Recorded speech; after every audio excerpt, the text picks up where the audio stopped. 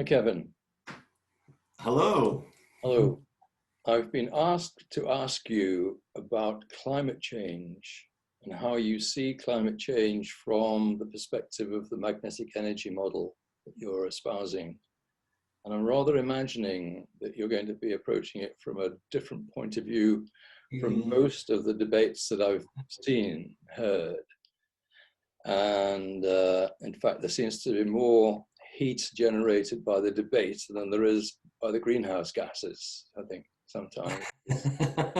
That's good. It's an ongoing debate. It's been going for years now. No one really seems to have the answer. No one seems to really know what needs to be done, if anything. Right. It can be done or whatever. And I'm really looking forward to hearing what your point of view is, because I rather expect that it's going to be different. So can I just go right ahead? Well, so let me say one thing real quick first, that just the idea of our current system and the amount of toxins that we pump into the atmosphere, even if the carbon dioxide, monoxide, and just go down, there's lists of dozens of toxic chemicals that humanity pumps into the atmosphere right now, into the oceans, everything else. So let's just say just for a minute, just for the sake of the argument, that even if those pollutants did not cause global warming, it's still beyond absurd that we are polluting our environment like that. There's no justification in my mind, and I would hope in most people's minds, for polluting our world the way we are polluting it right now, regardless of whether it actually makes the temperature go up or not. There's no justification for putting that amount of pollution into our atmosphere. It's disgusting. It's a disgrace. It's a disservice to ourselves, to the environment, to the animals, the plants, everything. So let me just make that clear. Mm-hmm. But I will say, though, that the pollutants are still a factor and still an issue. Okay, so now I'm not going to take a side necessarily on this. Like, I'm 100% pro climate change. Like, I'm not going to take a side, but what I am going to do is try to offer the magnetic energy perspective on this, which is an etheric model. And hopefully that will kind of shed some light on what's happening from that perspective. So from the magnetic energy world, we've got to look at our planet as this system of energy exchange, etheric energy exchange, that is continuous, that is dependent on very precise and delicate balancing of magnetic resonances throughout our atmosphere, throughout the ionosphere, the magnetosphere, and all the way to the interior of the planet. So it's very dependent on this balance. And we have this notion in conventional science right now that a molecule is a molecule is a molecule. Like, so for example, you'll hear people often say, well, this isn't what we're doing in terms of pollution. Like, say, let's just hit like diesel, for example, diesel exhaust from ships, from tankers, from industrial sources. And then also just the pollution that comes from power plants, like a conventional coal generated power plant. And you'll often hear that those molecules that are being put into the atmosphere are like almost identical to what happens in a natural process, such as a volcanic eruption. Like, it's no different than what the Earth's always done, but we're doing a small portion compared to what the Earth's always done. But here's what's going to happen, and I'm just going to throw this out there as a prediction of the future, because that's partly what this model is for, is predicting how things will be thought of as this technology becomes full-fledged and it's fully developed.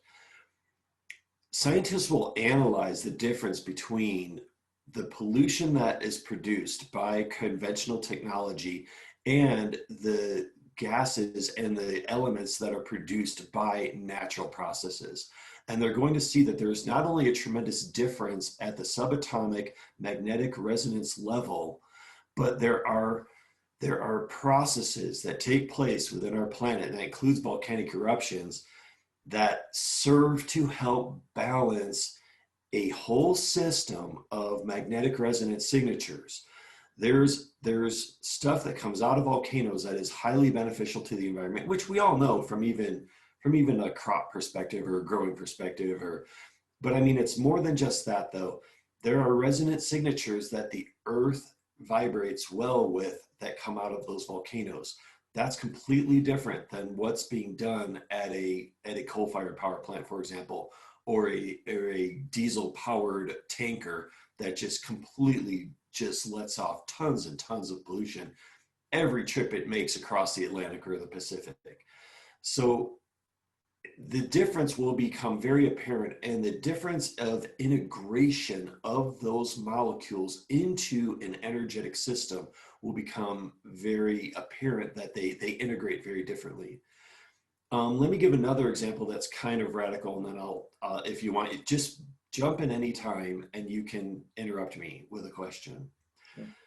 So the moon and the earth have this incredible magnetic energy / gravitational connection with a vortex that is very powerful. You could liken it to a steel cable that's 100 miles wide. That's the power of, that's the strength of it. It's incredibly powerful. This is a magnetic energy connection that is constantly in a process of exchange through an etheric flow, and it keeps the moon in a very precise orbit. It keeps the distance very precise. It keeps everything about the moon precise. This is not a happenstance thing. The moon is not some random thing. This is a very well-designed system, and I'm not even exaggerating on that.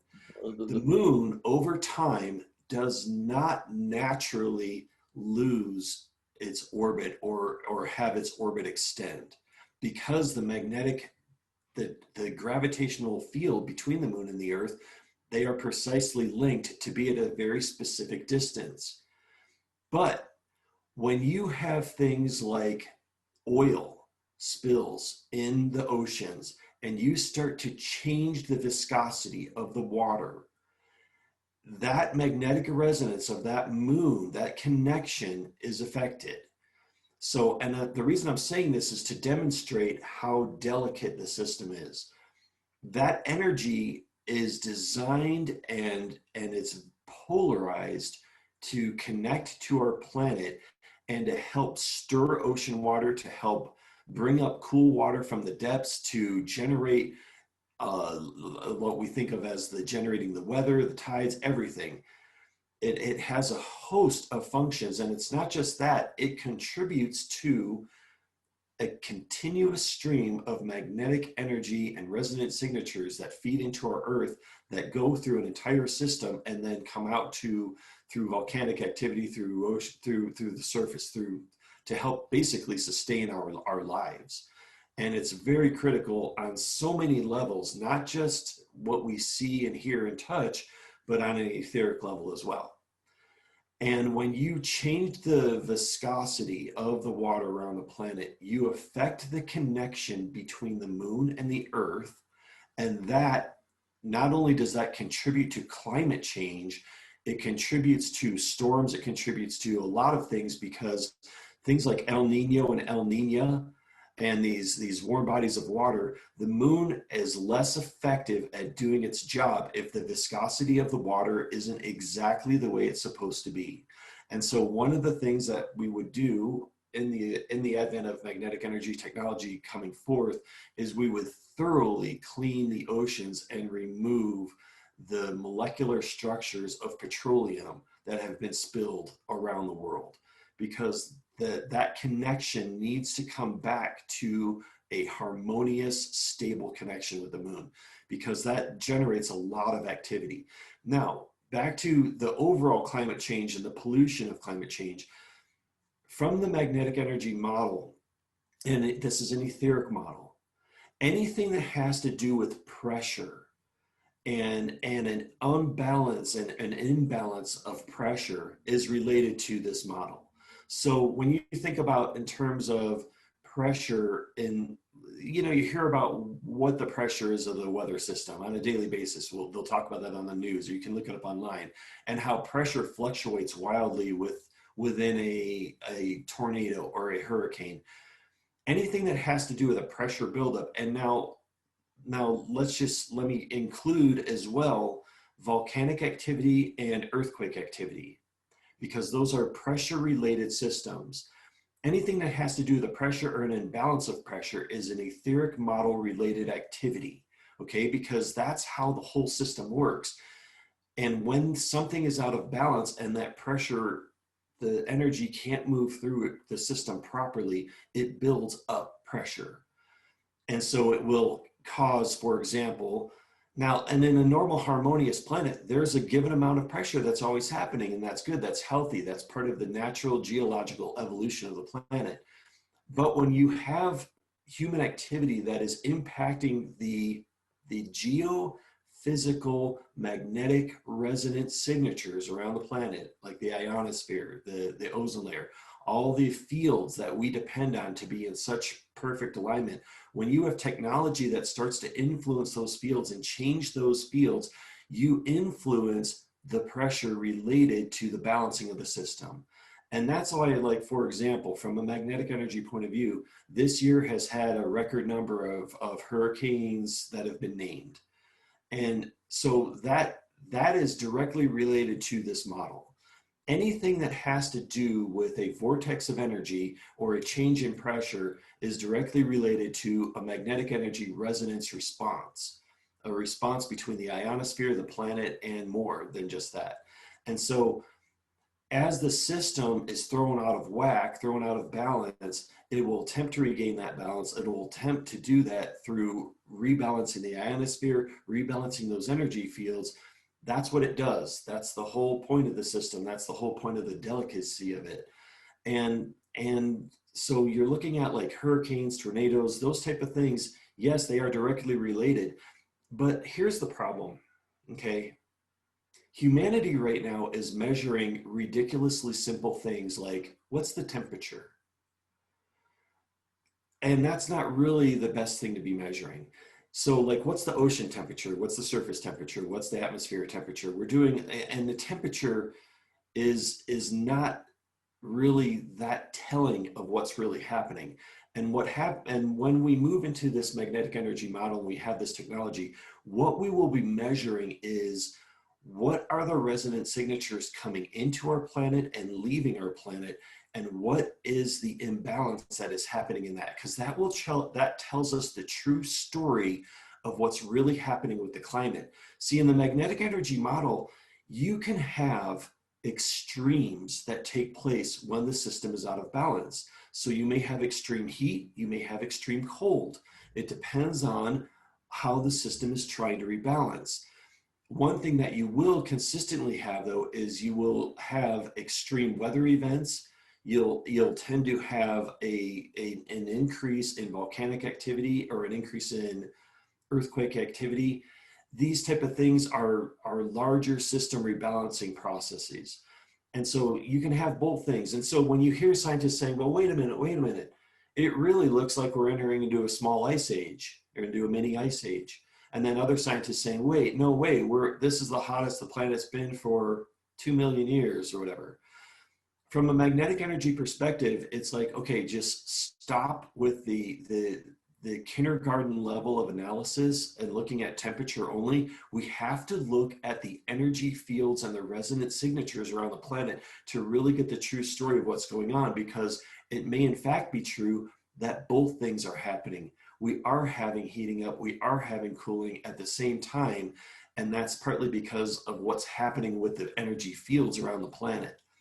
And so it's really, what we're doing is right now, the technology, our influence is exacerbating a natural process that we're already engaged in.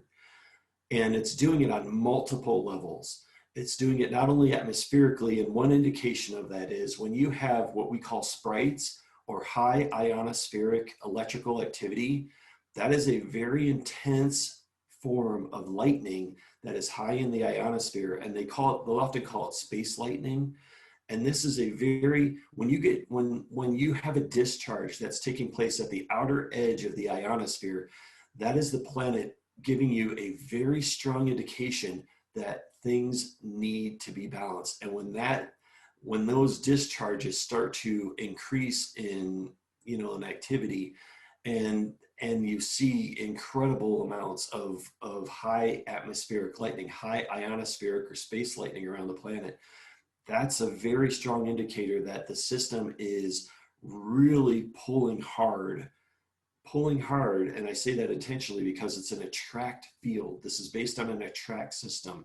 And so it's really trying to pull energy up and pull and then move energy down, but really trying to rebalance that outer atmosphere. If we had magnetic technology online, what we would be doing is we would be carefully analyzing the outer edge of the ionosphere and very carefully examining the correct ratios for not only the elements, but the combustibility of the elements and the elemental factors. So like in the magnetic energy model, you will have like earth, air, sound, speed, and light. And we would carefully be monitoring those elemental ratios, those combustible ratios, to make sure that they are correct around the planet. That gives you the true story of what's really happening with the energy fields on the planet. And not only that, the predictability of what's going to happen. Because as you learn to really read the ionosphere, you learn how to predict things like volcanoes, earthquakes, hurricanes, tornadoes, all those weather patterns.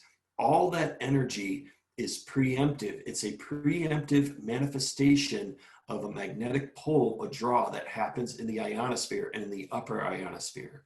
And a lot of scientists already know this. I'm not saying anything new. I'm not giving some sort of revelation here. There's a lot of scientists, even in black ops programs, that know this, and they have technology that actually really takes advantage of what I'm saying in a negative way, though. But I mean, they're not trying to necessarily help things. They're trying to use that field, that ionospheric field, to their advantage to create and disturb things in the way that they want to. But so they've learned how connected the ionosphere is to the global system. And so that's really, from a climate change point of view, yes, we're changing, we're swinging, we're getting more and more radical. And until we stop with the current technology that we have, the system is going to always be in a state of pulling hard to rebalance. So. Okay, so as always, you've said an awful lot there. That begs questions. And one of the questions would be, you say that there are scientists who know that what you've just been saying, who also know everything that you've been saying, but I've never heard this in the mainstream, and I'm sure that a lot of our viewers have never heard it either. And why we're not hearing it in the mainstream? Well, I think partly because they're under wraps, or they're in basic.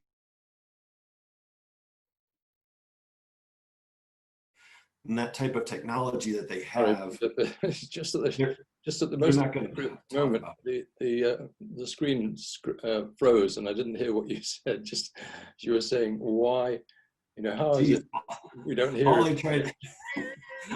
I tried to do is say that they're in top secret programs and they're already cutting the connection. Jeez. Yeah. It's not like I'm going to name any names or anything. You just start that bit again, would you? How is it that the scientists, the mainstream scientists, are not saying it? But no, they're not. And that's the thing is, and I think that hopefully one thing that now let's just bring back to the bigger picture. So the planet, we're right now in this like lower vibration of energy. We're getting right up to the end of this cycle that we're in, and that cycle leads to changes in consciousness, changes in magnetic vibration, and all kinds of things. This whole decade that we're entering into is a radical change of everything. On the other side of that, as we start to move into a more enlightened global awareness, if you will, what we call enlightenment, hopefully at that point, this type of secret knowledge that has been held by government agencies and corporate agencies around the world will start to be shared openly and start to infiltrate academia so that the people that are all your PhDers and all your typical scientists around the globe that are kind of in this ongoing game, this charade of science, even though you've got all these other scientists and top secret programs that are working with completely different sets of theories and principles and technology and awarenesses and everything, hopefully all that higher stuff's going to infiltrate, and that will start to become the common denominator of education, especially for science, of saying, you know what, gosh, sorry guys, we've already known all this for decades, and it's time that we actually start putting it in textbooks and teaching people how the system really works, because it really is a magnetic electro, and I'll put electro second, because the primary reaction, especially in an etheric magnetic energy model, the primary reaction is always magnetic first. The electro part of it, like people will say, well, lightning's electrical. Well, yeah, but the thing is it's from our point of view, it's primarily a magnetic response. It's due to a magnetic field, a vortex, a draw that forms first, and that discharge is nothing more than the byproduct of what's already happening at a magnetic etheric level. And so, so it's a magnetic electro system that is full of a countless number of sensitive resonances that need to be in harmony with each other in order for the system to properly function. And when you throw like electrical technology into that mix, you start completely disrupting the natural fields around the planet and disrupting this whole process. And the system has to try to rebalance. It partly the reason it's rebalancing, and this gets kind of into a weird thing, is that it's, in a way, it's programmed to rebalance. So all the natural systems, all the natural elements, all the natural things around our planet, those are highly interconnected, and I often call them in videos, we call them higher dimensional templates. Like there's higher dimensional templates to all of those elemental structures, to all of those systems, and that helps guide how the whole system functions. And so anything outside of those templates creates immediate resistance in the etheric flow, because the etheric energy, which is flowing at an extraordinarily high rate, and it's a constant. So it's 24/7. And anything that starts to interfere with that flow or distort that flow or block that energy starts creating problems in the environment. That's what we should be measuring. Temperature is nothing more than a byproduct of other things that are taking place, but it doesn't give us the true story of what needs to be changed and what we need to do as a species to correct it.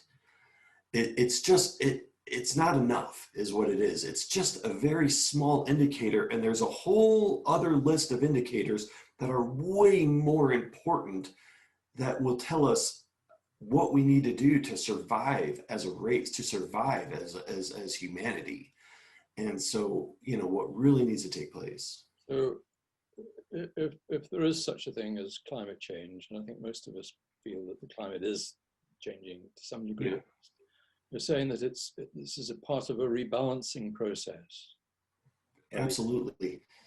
And let me just say this. So let's say not capable of rebalancing without, is the climate change going to get more and more severe, or is it going to ease off because nature is? No, it's definitely going to get more severe as these, until we have changes in our technology on this planet. It will become more severe. And it's going to continue that process.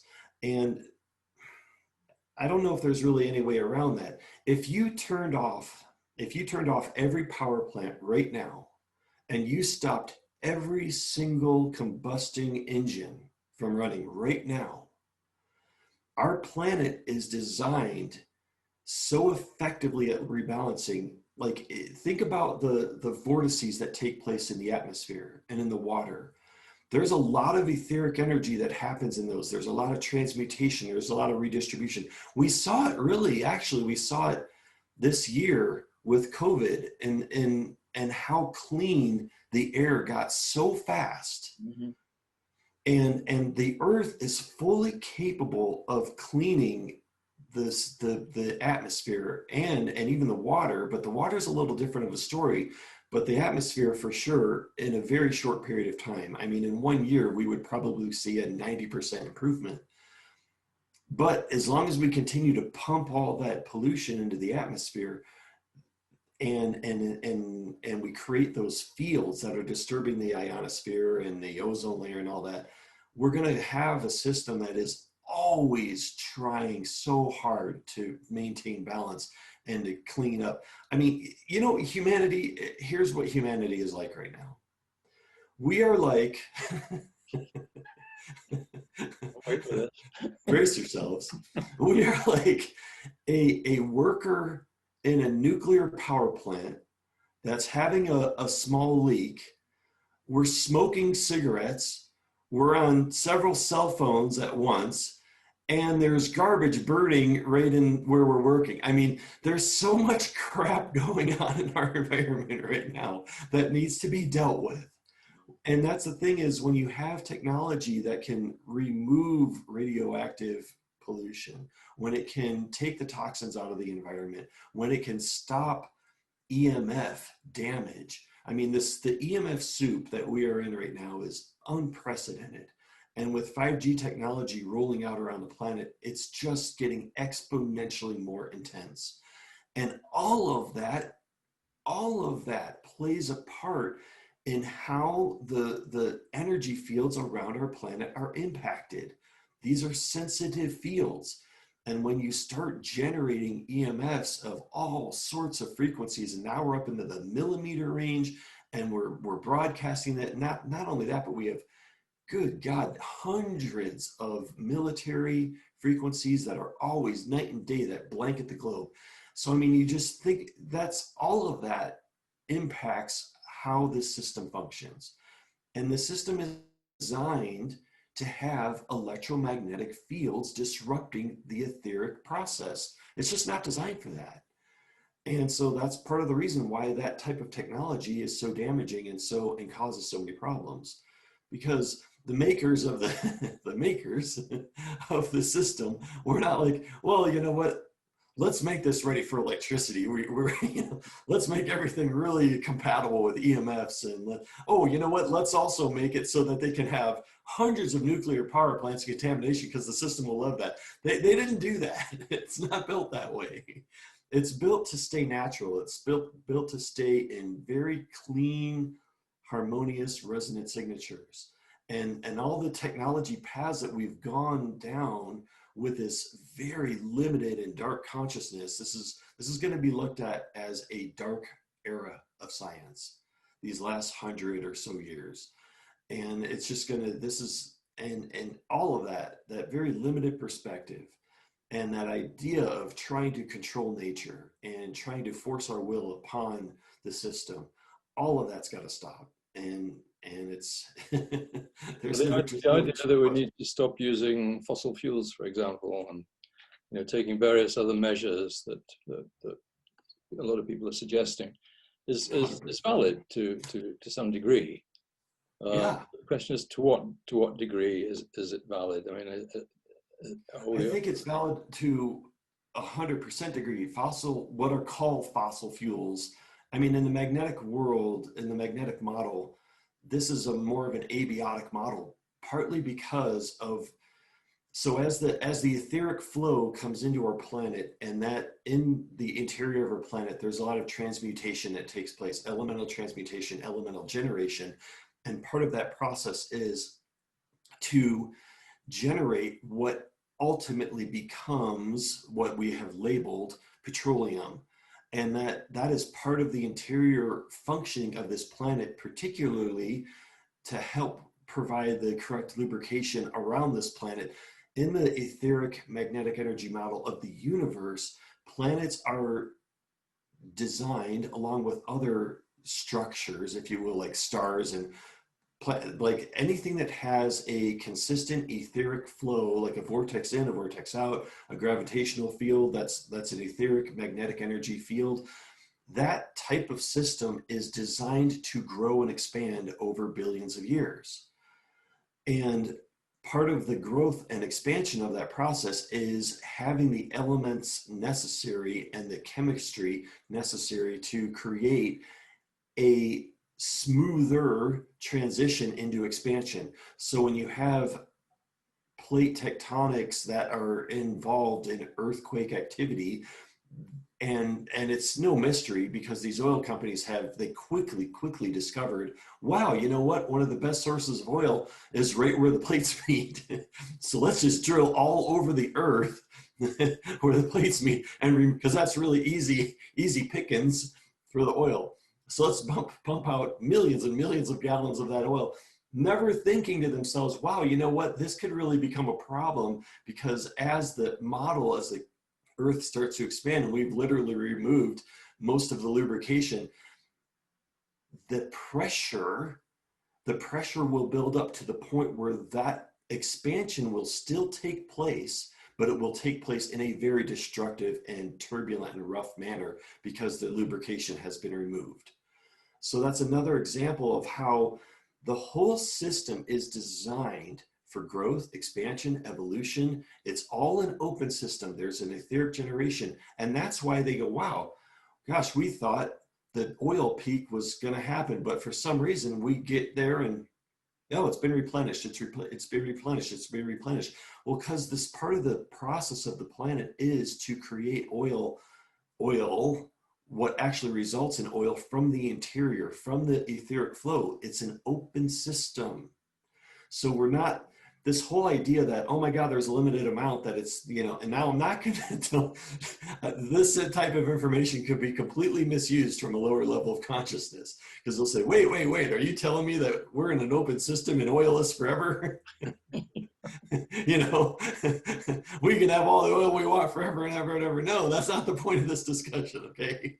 That's not the point of this discussion. And at the rate that we're extracting it, we would drain it anyway. But that's not the point of it. The point of it is that the earth produces it out of necessity. It's part of a very vital system that you should not be extracting. And not only that, it needs to stay where it is. It can't become part of the water. It can't become part of the oceans. Those oceans, currents, and all that is a very sensitive process. It needs to flow exactly the way it does, untouched. And that's why in this model, in this enlightenment era that we're moving into, hopefully, the earth will be treated as a sanctuary. It will be respected, it will be loved, it will be nurtured, and it will be cleaned and allow it to flourish the way it's actually built to do. So for the meantime, we've got to put up with this climate change, and unless we suddenly become enlightened before our time, as it were, right? Suddenly decide now that we're going to take it seriously, and we have to stop using the fossil fuels, and we have to stop polluting the oceans and everything else. Well, and think about the salinity of the oceans. That's a huge problem too. And like the North American current and these problems. So when you have the earth responding in extremes, and so you have waves of heat, you have waves of cold, you have rapid melt off, at the same time you have rapid escalation of glacier building, at the same time you have rapid melt off. And as the earth goes through this process, when you have a tremendous amount of fresh water that enters into the salinity of an ocean and interrupts that current flow and interrupts what's happening in that global system, again, you're changing, and I will say humanity is contributing to that. There's no question about it.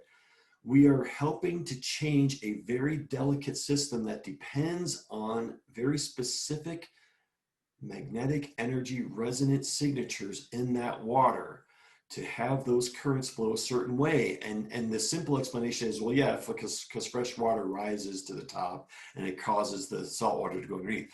That's a very simple explanation, but it goes much deeper than that, because those resonant signatures in seawater, the elemental ratios in seawater, they are part of what happens with the lunar connection and the atmospheric connection, they move a certain way because of the chemical and magnetic energy elemental ratios in that water. So it's more than just this simple physical process. There's an energetic process that happens that helps generate ocean currents. And you can tell one of the biggest indicators of that is watch the vortex action around the world, not only with waves, but with currents and how everything moves from very large vortices that could be literally hundreds of miles in diameter to small ones that take place constantly. Anytime you see that type of vortex action, you can be sure that there is a high level of etheric exchange happening in that system, because that's how it works. That's how the energy is it's transferred, if you will. It's transferred into the system. And certain water, the elemental ratios in that water is a very critical process to that, because all those vortices, they all have elemental signatures that are happening.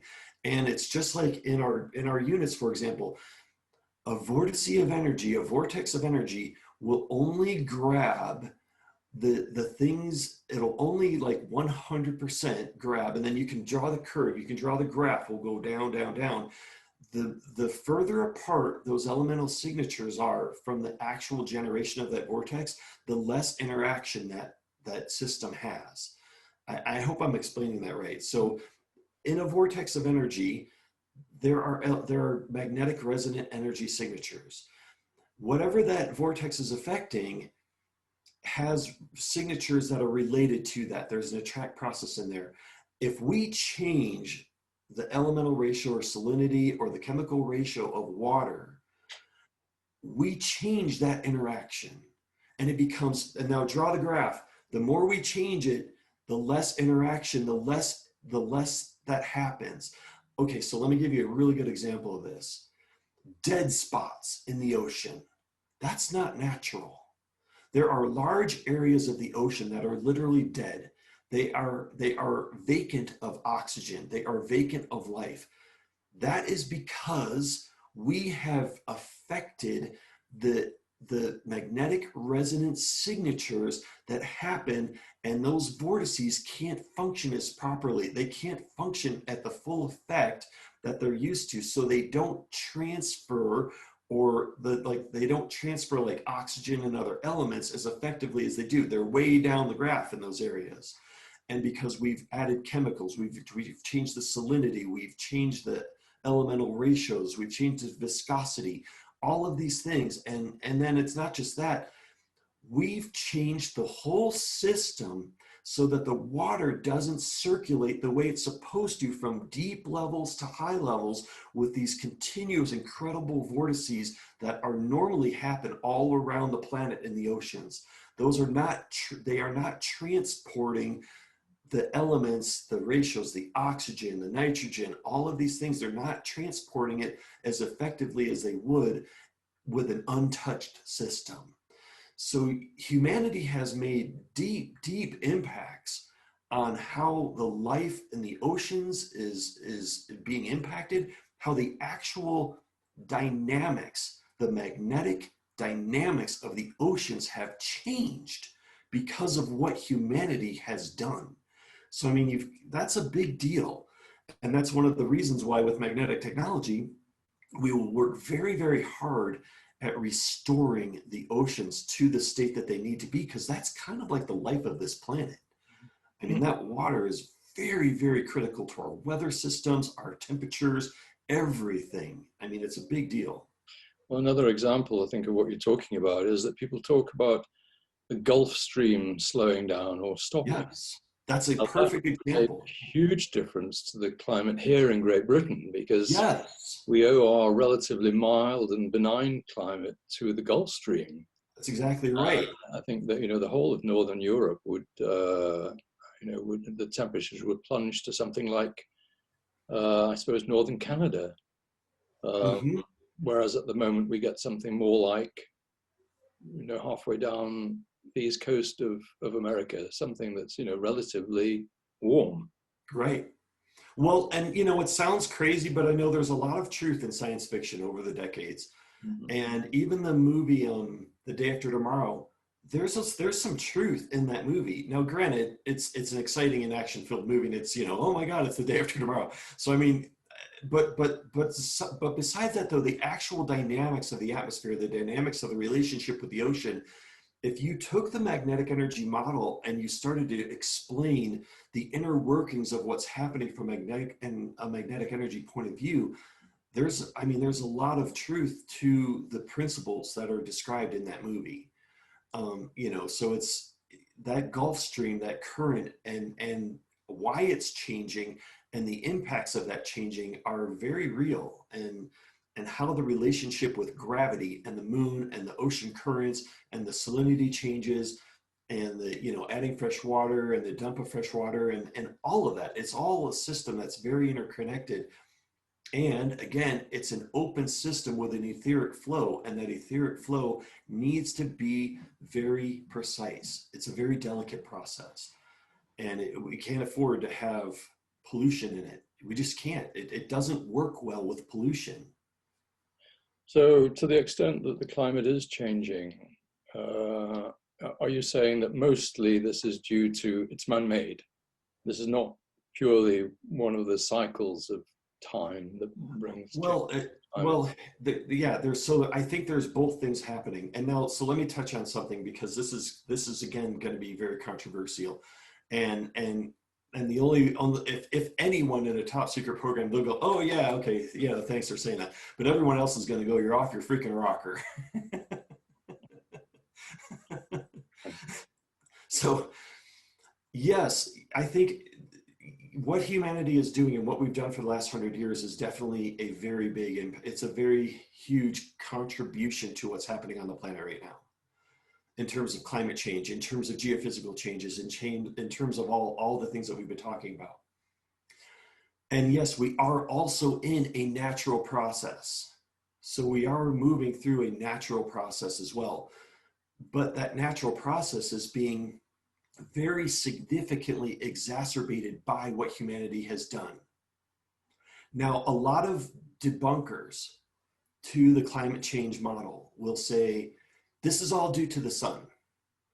The changes are in the sun. It has nothing to do with the earth. The sun is cooling down. The sun is heating up. It's all due to the sun. From a magnetic energy perspective and from an etheric model perspective, the earth and the sun are intimately linked. There is a continuous exchange of energy between the earth and the sun. What we are doing on the planet, especially from an elemental distortion point of view, and that includes like all the nuclear power plants, every time we centrifuge, uranium, and we create a whole dozens of these highly radioactive elements that don't have an etheric matching template, they do not flow with etheric energy. They literally create deadly fields around them, buildup of deadly fields. There is no safe way from a conventional point of view to make those fields benign. Now, granted, there are a lot of good breakthroughs, and so I'm not saying that, because even conventionally speaking, there are some really good breakthroughs on how to handle nuclear waste and all that. From a magnetic energy point of view, we would render all of those completely inert instantaneously. Okay, so we would remove all of that. But until that happens, our system is totally contaminated with the distorted elements, the artificial elements, the man-made elements, if you will, that we have created. Those molecular structures, just because the stuff's buried in salts in Utah or something, doesn't mean that energy doesn't travel throughout the system, because everything's an open system. You can't close something off and think, oh my God, well, don't worry about it, it's safe right here. We've got all the fuel rods, they're stored in this nice little area inside the power plant, everything's cool. It doesn't work that way. Everything's an open system, everything circulates everything, and that includes our connection to the sun. The sun is also a response to what happens on this planet, not only this planet, but on other planets. But right now, we're the dirty little planet in the solar system. We're the contaminating planet, the one that has all the pollution, all the garbage, all the distorted fields, the distorted electrical fields that we produce, the distorted elemental ratios and fields. So all of that is part of the resonant signatures that connect with our planet and the sun. And the sun, as part of this system, the global system, it has the sun has the same exact elemental ratio formula, if you will, as our planet and the other planets. So we are designed to be together. The Earth and the sun are designed to be in the same harmonious system together. We are designed to have the same magnetic resonance signatures and etheric flows. And if one of them distorts, the other one starts to compensate as well, because the connection is instantaneous. So when you have a nuclear test or you have a whatever it is, that response is instantaneous. It's beyond the speed of light. And that response is continuous. There's always a flow of energy that's back and forth between the Earth and the sun. And as the sun, now this is going to be controversial too, because they're going to say, well, that's not true, that's not true. The solar cycles have been disrupted from our normal polar shifts or our polarity shifts, what they call polarity shifts. What it really is it's the etheric exchange is changing. The etheric exchange changes in cycles in the sun. The vortex coming in and the vortex coming out. And it does that for, I don't even want to get into why it does that. There's a lot of reasons, and our connection to the galaxy and the gravitational field, the magnetosphere, the heliosheath around our solar system, all of that is highly connected to that process. But we as humans have disrupted that cycle with what we have done. And that's why the sun, even in weird times when they were supposed to be silent, has produced like X-class flares and crazy kind of responses that solar scientists have been like, we have no idea why it's doing this. We are supposed to be dead cold right now, and we are completely getting like flare after flare. And then all of a sudden you'll have this dead silence. And they're like, well, oh my God, the sun's, well, now we're moving into another cycle, but it's not responding the way it was supposed to, because we have disrupted the cycle. Humanity and the technology and the elemental ratios are thrown off, our fields are thrown off, and we have disrupted the cycle. So the sun is doing its part to cleanse its energy field, to essentially redistribute or transmute, because it's a great transmuter of elements, to transmute what is not correct. And there's a lot of force behind that. So like the etheric flow pushes and pushes and pushes against elemental like ratios or elemental molecular structures that are not naturally flowing, and it'll push and push and push and push and push until there's explosions, there's flares, there's everything. And so part of that process is we are entering into a new solar cycle in this decade, and we are going to see some pretty intense activity, solar activity.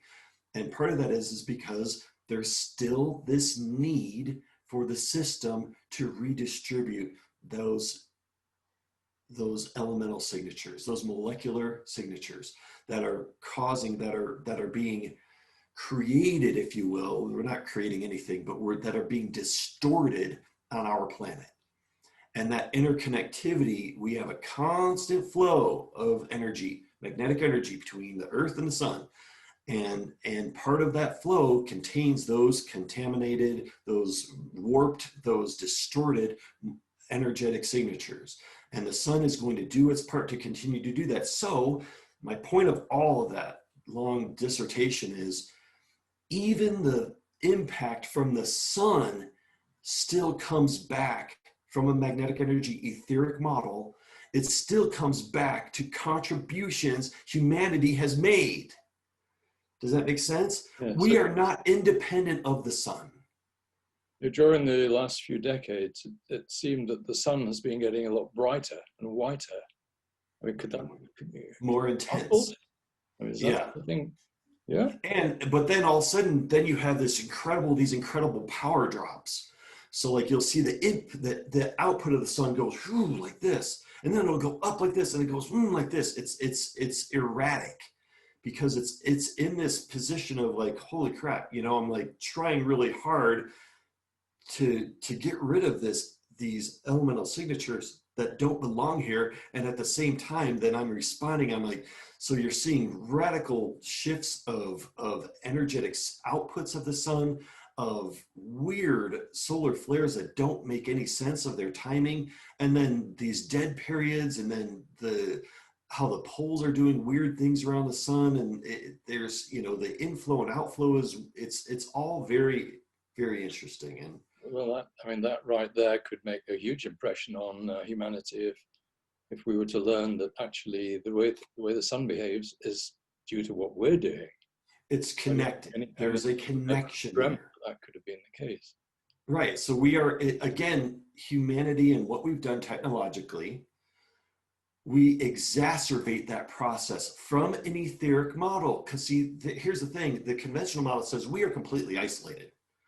The earth has no impact on the sun whatsoever. We're isolated from the sun. But in the etheric model, there's nothing that's isolated. We are intimately connected with the sun at a speed far beyond light, with magnetic resonance signatures that are very sensitive. And there are fields that are compatible with us and the sun. They have identical, literally, they have identical ratios of magnetic resonance signatures. And our whole solar system is like that. The formula, if you will, that guides the balance of energy in our system is for our entire solar system. And so as we have impacted that, we've impacted the sun, we've impacted the whole solar system. And now that gets a little crazy, but you'll see that there's even been reports from NASA of strange things like volcanic activity and things happening on other planets, all of the other planets. And they're because I'd heard that too. So you're saying that what we're doing is impacting on other planets like that? Yes, I mean that they're like, well, this is really weird, because not only are we apparently seem to be heating up even from the inside out, not just the atmosphere, but from underwater volcanic, like the Earth appears to be heating up from the inside out. Other planets in the solar system appear to be heating up from the inside out. And that would be the etheric model of change, of rebalancing. And now that could be part of a natural process that we're going through, but the whole system is also designed with the same exact magnetic resonance signatures as our planet, and it's going to want to try to maintain balance. And the energy that we contribute to the system is spread throughout the solar system and beyond, but throughout the solar system. So it's like and all those planets have etheric flows flowing through them. None of them are isolated. We aren't isolated from any other planet. We're connected to every other planet one way or another through the etheric model, through the etheric field, through the magnetic energy streams. We're all connected.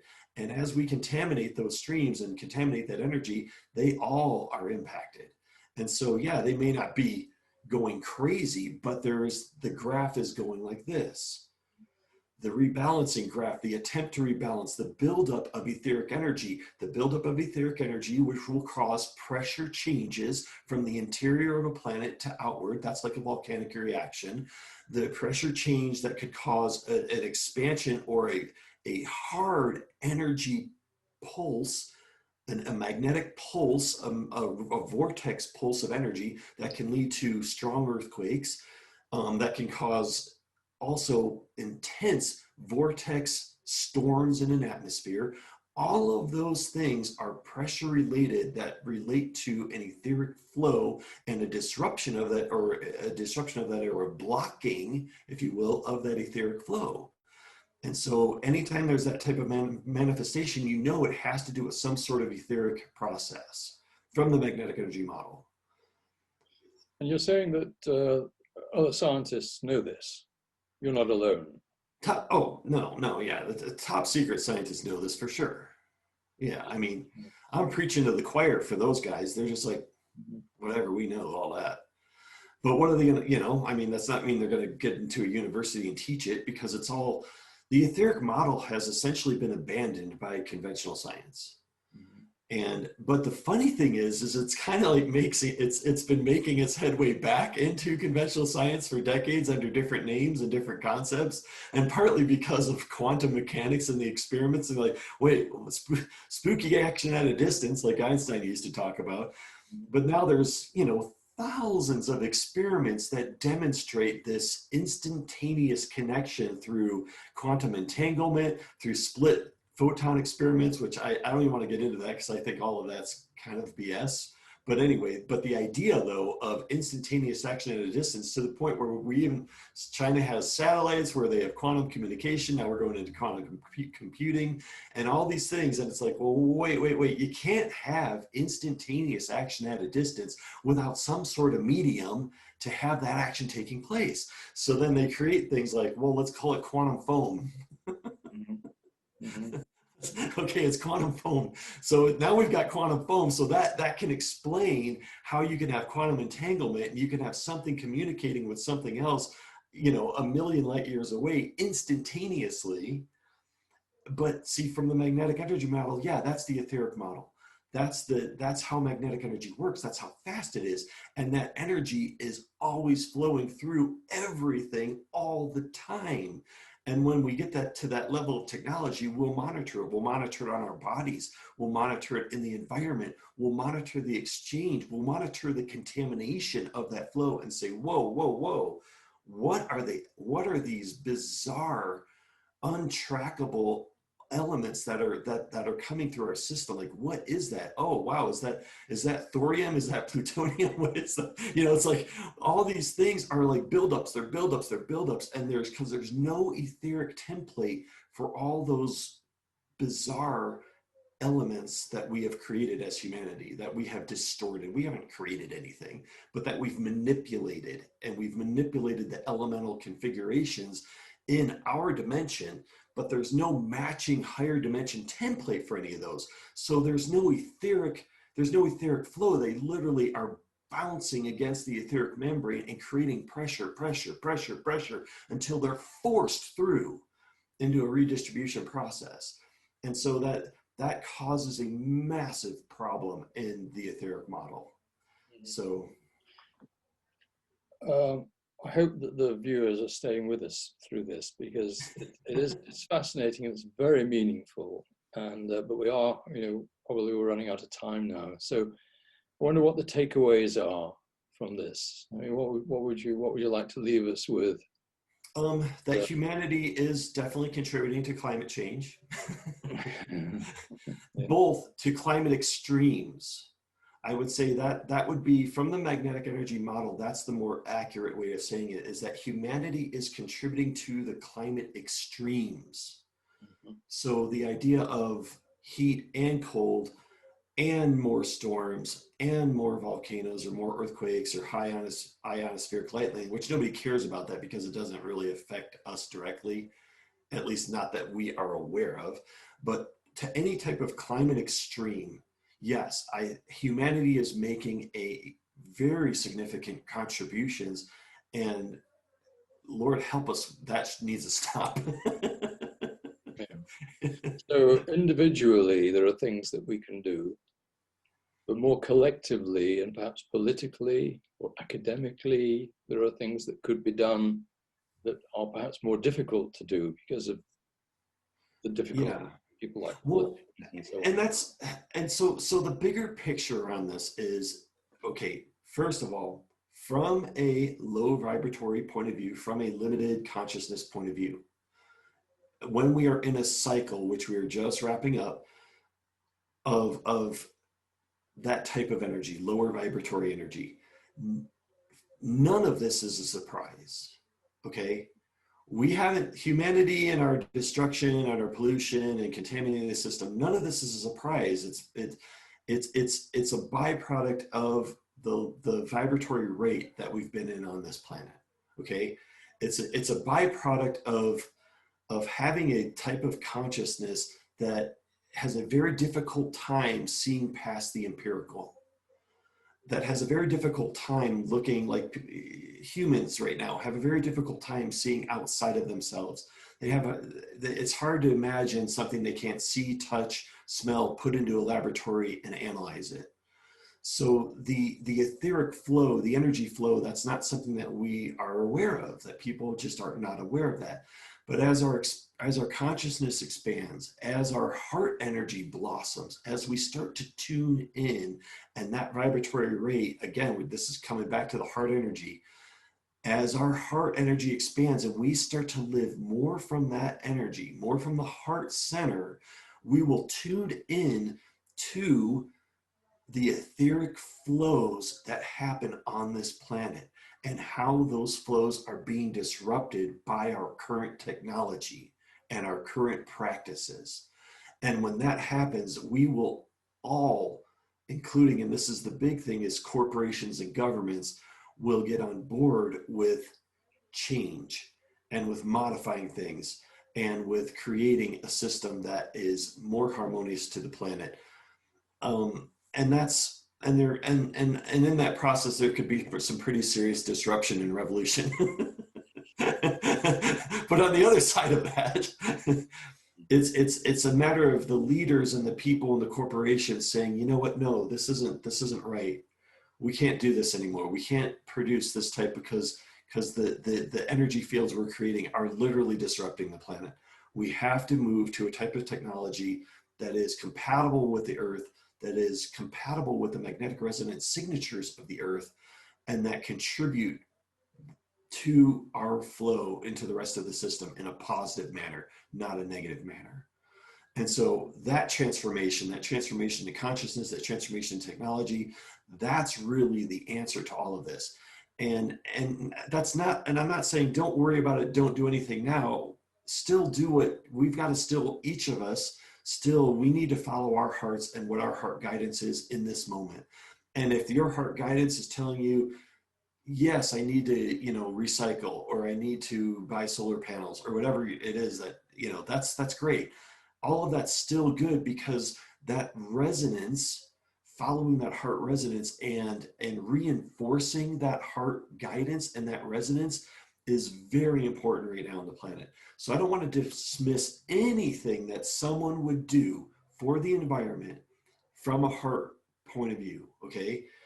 I think every person that starts to follow that heart guidance, that builds that resonance around the planet and not only strengthens that own individual's energy field and their own abilities, it heightens their own abilities, it heightens their own awareness, but that vibratory rate of increase spreads to the rest of humanity.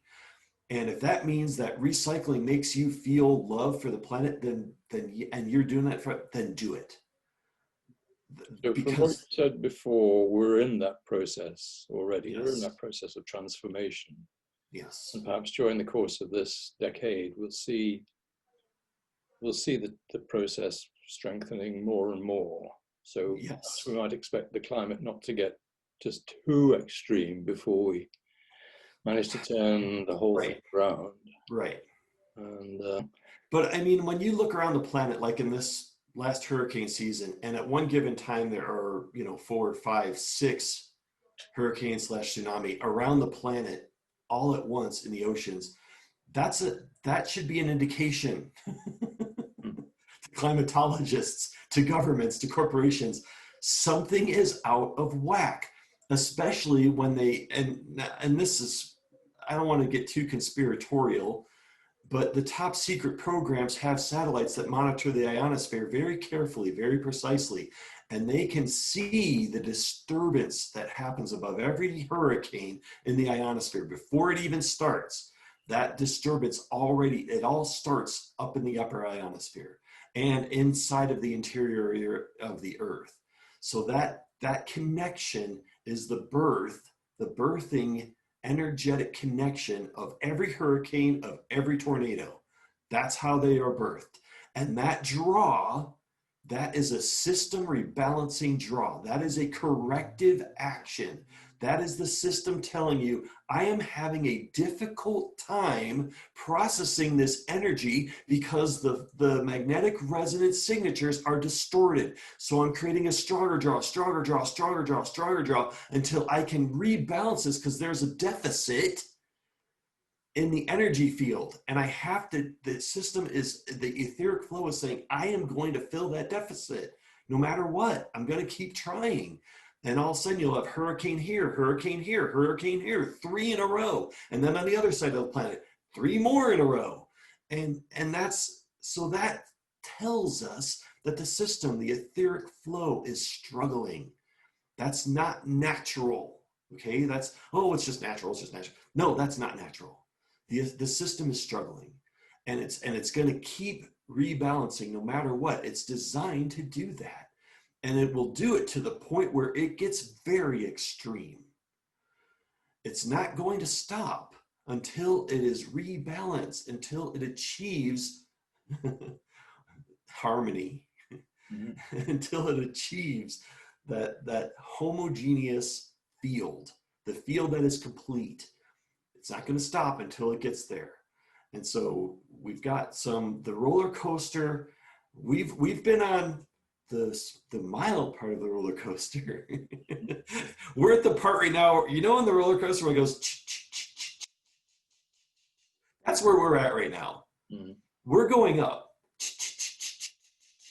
That the down and the crazy part, the loops, mm-hmm. That's coming.